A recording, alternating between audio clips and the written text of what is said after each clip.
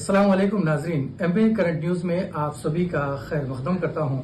خبروں کے ساتھ میں سید احمد۔ تلنگانہ میں اینٹی کرپشن بیورو ACB کے عہدیداروں نے نظام آباد میونسپل کارپوریشن کے سپرنٹینڈنٹ کے مکان پر دعویٰ کرتے ہوئے کروڑوں کی نقد رقم ضبط کر لی۔ ACB کی ایک اہم کارروائی میں نظام آباد میونسپل کارپوریشن کے سپرنٹینڈنٹ اور انچارج ریونیو آفیسر سری رینندر کی نگرانی رہائش گاہ پر دعوے کے دوران خطی رقم اور اثاثوں کا پردہ فاش کیا گیا۔ نریندر کے خلاف غیر محسوب اساتذہ جات کے مقدمے کے ایک حصے کے طور پر یہ دعویٰ کیا گیا، جس میں ان کی آمدنی کے ذرائع سے کہیں زیادہ اثاثوں کا انکشاف ہوا۔ تلاشی کے دوران ACB نے ان کے گھر میں 2.90 کروڑ کی نقد رقم بینک بیلنس کے طور پر، نریندر کی اس کی بیوی اور اس کے ماں باپ کے اکاؤنٹس میں 1.10 کروڑ روپے اور 41 تولے سونا اور 17 غیر منقولہ جائیدادیں جن کی مالیت 1.90 کروڑ روپے بتائی گئی ہے، ضبط کر لی گئی ہے۔ اب تک ضبط کیے گئے اثاثوں کی کل مالیت 6.7 کروڑ روپے بتائی جاتی ہے۔ مکان کی الماری میں 500 روپے کے کئی بنڈلز برآمد ہوئے، جن کی گنتی کی جا رہی ہے۔ اس دعوے کے بعد نریندر کو گرفتار کر لیا گیا اور اسے حیدرآباد میں SPE اور ACB کیس کے خصوصی جج کے سامنے پیش کیا گیا۔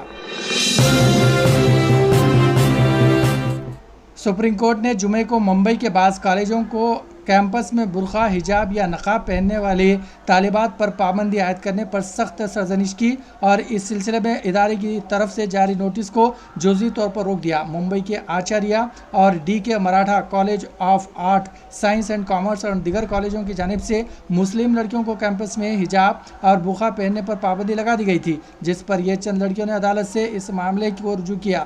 جسٹس سنجیو کھنہ اور PV سنجے کمار کی بینچ نے حجاب اور ٹوپی پر پابندی کو روکتے ہوئے پابندی کو چیلنج کرنے والی درخواست پر نوٹس جاری کی۔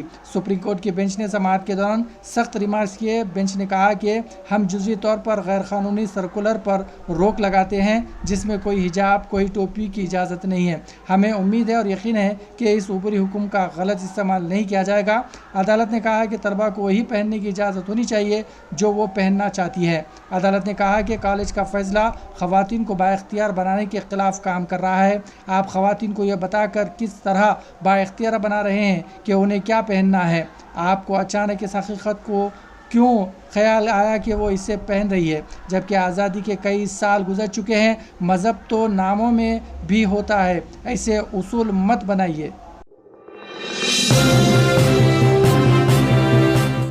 شہر میں ایک عجیب و غریب واقعہ پیش آیا۔ نشے میں دھت خاتون نے بس کنڈکٹر پر سانپ ڈال دیا۔ یہ واقعہ کل شہر کے ویدیا نگر بس اسٹاپ کے پاس پیش آیا۔ دسوم نگر ڈپو کی بس اس راستے سے گزر رہی تھی کہ ایک شرابی خاتون نے بس روکنے کے لیے ہاتھ بتایا۔ ڈرائیور نے بس نہیں روکی اور کچھ آگے بڑھ گیا، جس کے ساتھ ہی برہم نشے میں دھت خاتون نے شراب کی بوتل بس پر پھینک دی، جس کے نتیجے میں بس کا پچھلا حصے کا شیشہ ٹوٹ گیا۔ شیشہ ٹوٹتے ہی ڈرائیور نے بس روک دی۔ ڈرائیور اور کنڈکٹر نے شراب کی بوتل پھینکنے اور بس کو نقصان پہنچانے والی خاتون کے پاس پہنچے۔ خاتون کنڈکٹر سپنا نے شرابی خاتون کو پکڑ لیا، وہ اسے پکڑے کھڑی رہی۔ کچھ دیر بعد شرابی خاتون نے اپنے بیگ سے ایک سانپ نکال کر خاتون کنڈکٹر کے اوپر ڈال دیا، جس کے ساتھ ہی خاتون کنڈکٹر پر خوف طاری ہو گیا۔ ڈرائیور اور دیگر مسافر وہاں سے بھاگ گئے۔ فوری طور پر پولیس کو اطلاع دی گئی۔ پولیس نے وہاں پہنچ کر صورتحال کا جائزہ لیا، تاہم تب تک سانپ بھاگ چکا تھا۔ پولیس نے اس معاملے میں کیس درج کر کے چھان بین شروع کر دی ہے۔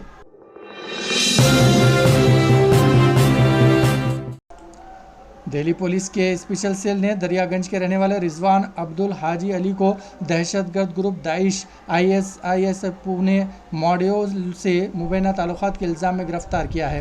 پولیس کے مطابق رضوان علی ایک مبینہ داعش کے ماڈیول آپریٹو میں سے ایک ہے۔ جمعرات کو ہونے والی یہ گرفتاری یوم آزادی سے ایک ہفتہ قبل بتائی جا رہی ہے۔ رضوان علی کے سر پر 3 لاکھ روپے کا انعام تھا، جسے نیشنل انویسٹیگیشن ایجنسی NIA نے رکھا تھا۔